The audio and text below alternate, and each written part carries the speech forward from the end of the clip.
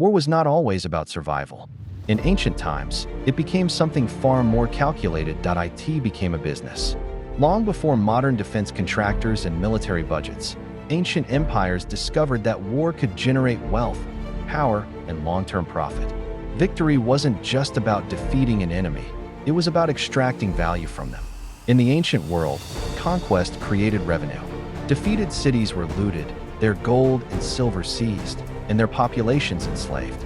These spoils of war were not random rewards, they were expected returns. Armies marched knowing that victory meant payment, land, and social advancement. Empires like Assyria, Rome, and Persia perfected this system. Soldiers were often paid directly from conquest. Loot funded future campaigns, while enslaved populations became labor for farms, mines, and construction projects. War paid for itself, as long as it continued. Rome refined war into an economic engine. Conquered territories were transformed into tax-paying provinces. Land was redistributed to elites and veterans.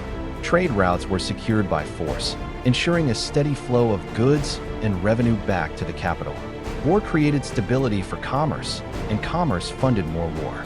Even weapons production became an industry. States invested heavily in armorers, blacksmiths, and supply chains to equip armies at scale.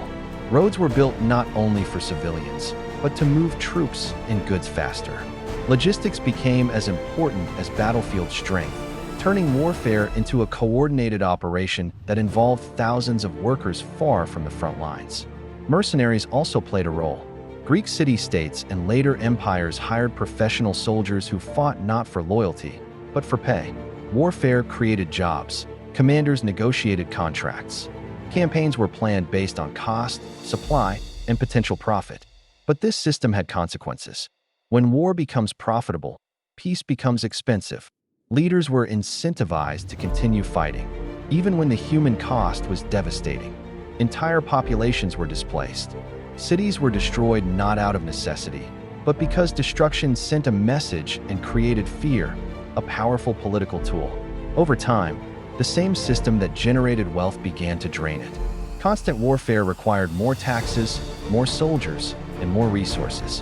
When expansion slowed, the economic engine stalled. Empires that relied too heavily on war found themselves overextended, exhausted, and vulnerable. Ancient history reveals a harsh truth. War didn't just shape civilizations, it financed them. It built roads, cities, and empires, while leaving suffering in its wake. And once war became a business, it stopped being a last resort. It became policy, and that lesson still echoes